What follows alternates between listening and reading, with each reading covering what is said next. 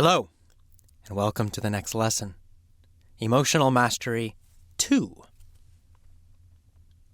So in Emotional Mastery 1, we learned about changing our physiology, changing our bodies to change our emotions.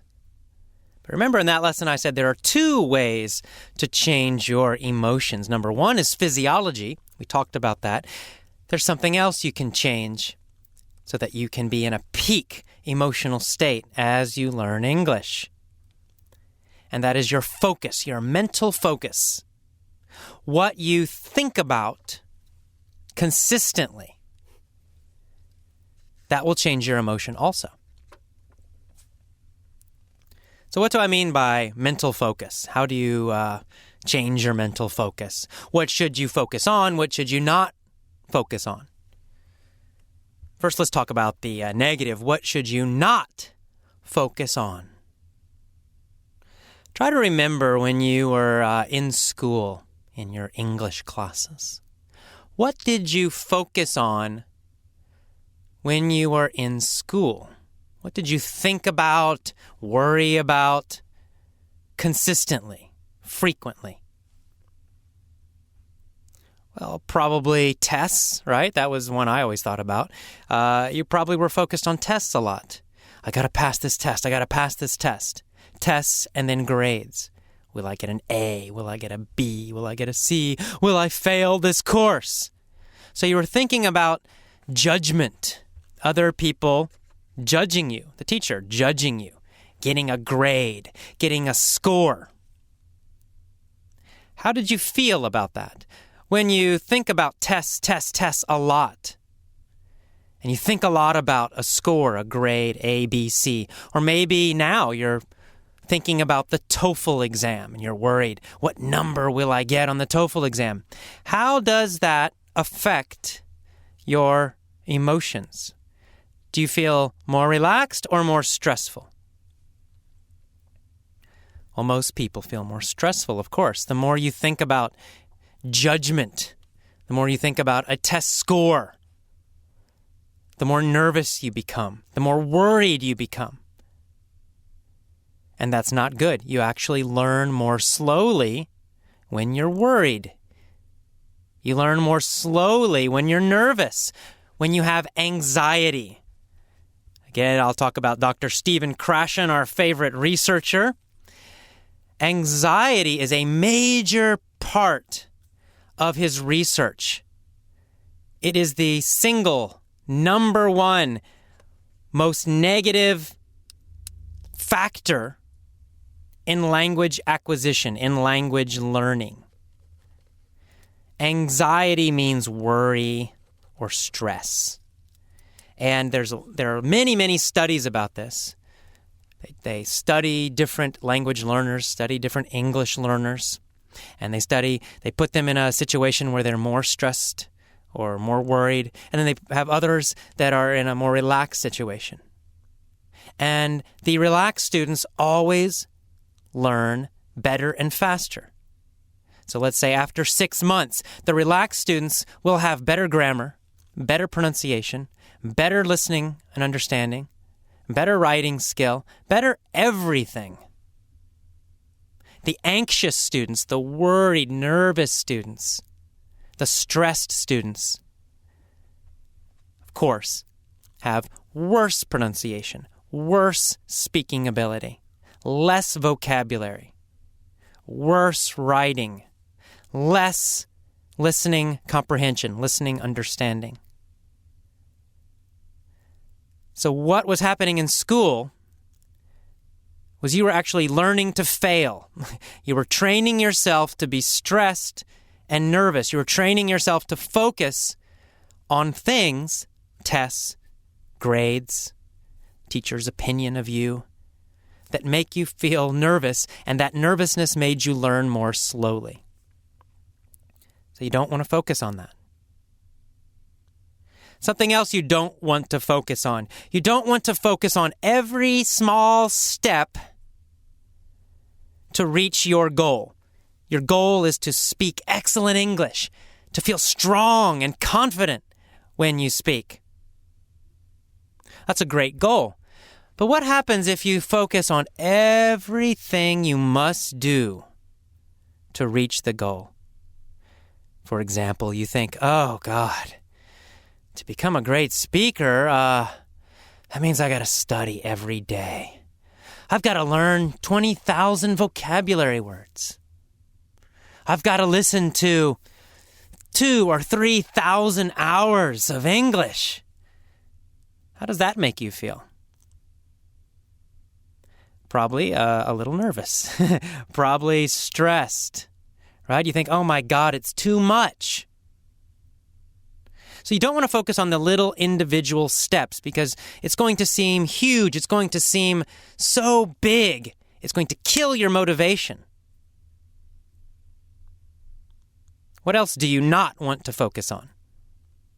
Problems. So many students focus on problems.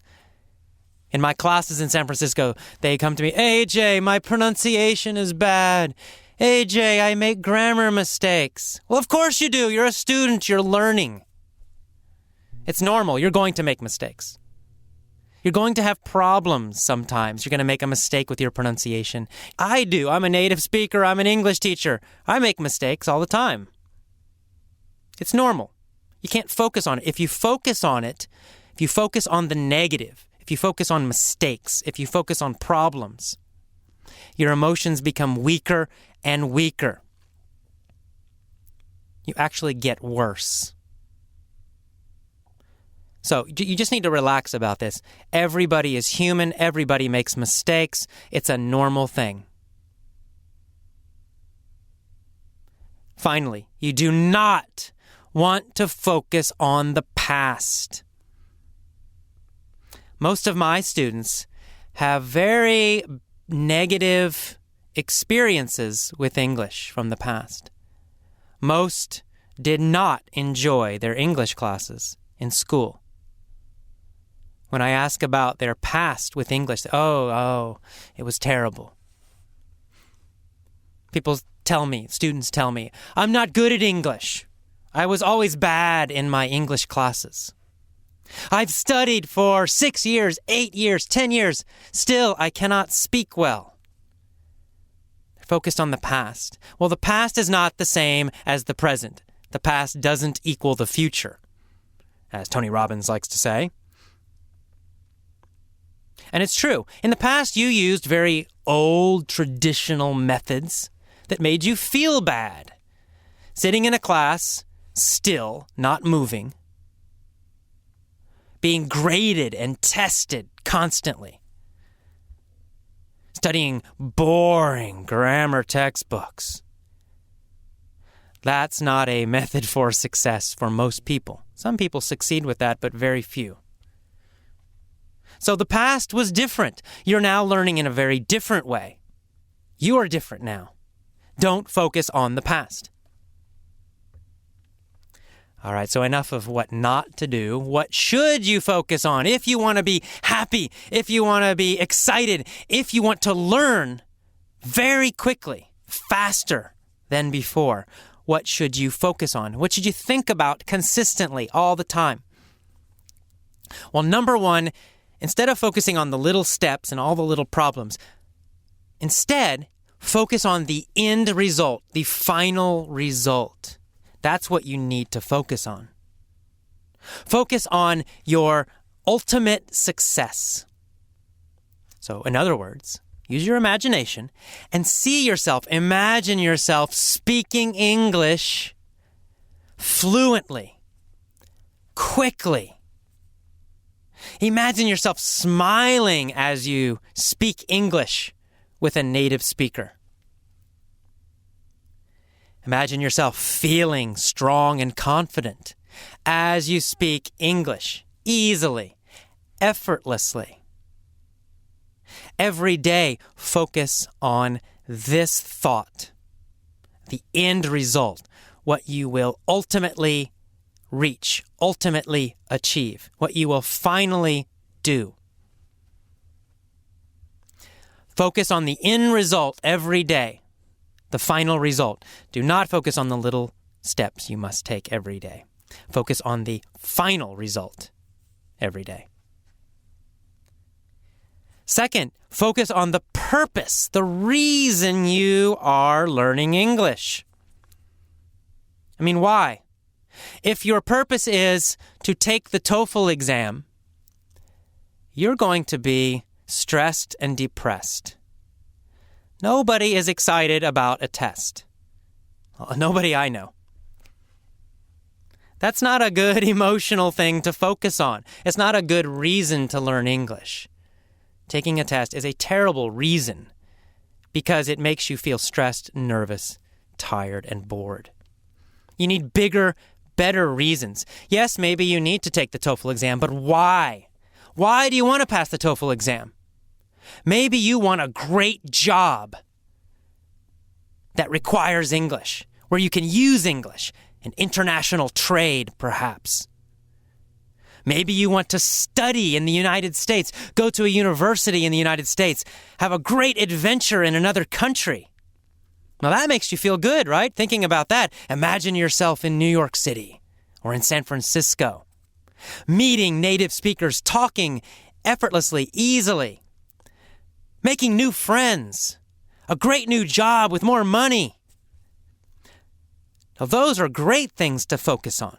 So you want to focus on compelling, strong reasons why you're learning English, why it's important, the benefits, things that make you feel great. Do not focus on a test, please. So those are the two things. Number one, you focus on the end result, and they're related. They're basically the same thing. Number two, you focus on the reasons why, the purpose. So you have to imagine very vividly, very strongly in your head what it is you will finally do.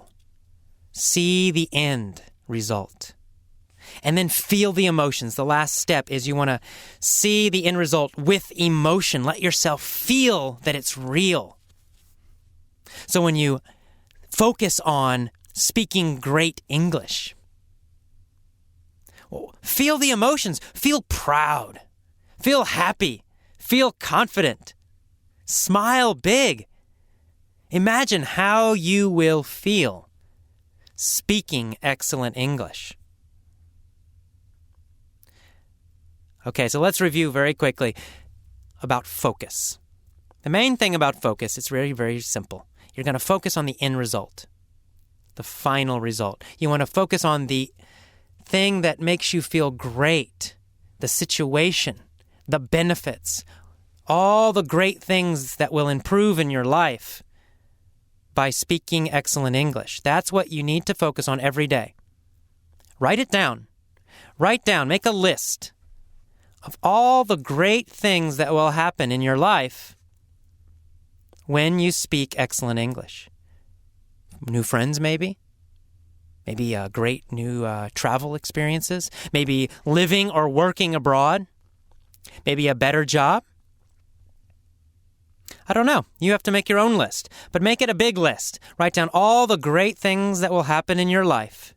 And then every day, focus on those. Review those every day. Teach your brain to focus on these positive, inspiring things. Not on these negative things, not on problems, not on the past. Okay, so that is it for this main speech on Emotional Mastery 2, Focus. Next, let's listen to the vocabulary, and then we'll have the mini story. See you soon.